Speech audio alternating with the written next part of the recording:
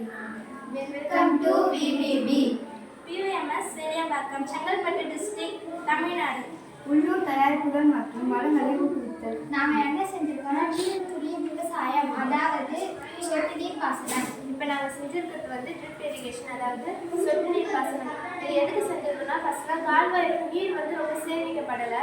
ஃபர்ஸ்ட்லாம் கால்வாய் வழியாக நீர் போகிறதுனால நீர் நிறைய வேஸ்ட் ஆகுது. இப்போ விவசாயிகளுக்கு ரொம்ப நீர் வந்து ரொம்ப முக்கியமாக இருக்குது. அதனால சொட்டு நீர் பாசனம் இப்போ வந்து செடிகளுக்கு செடியின் வேருக்கு நேரடியாக தண்ணி செல்லும். அந்த மாதிரி நீரும் மிச்சமாகும். எப்படி செஞ்சு பண்ணுவோம்.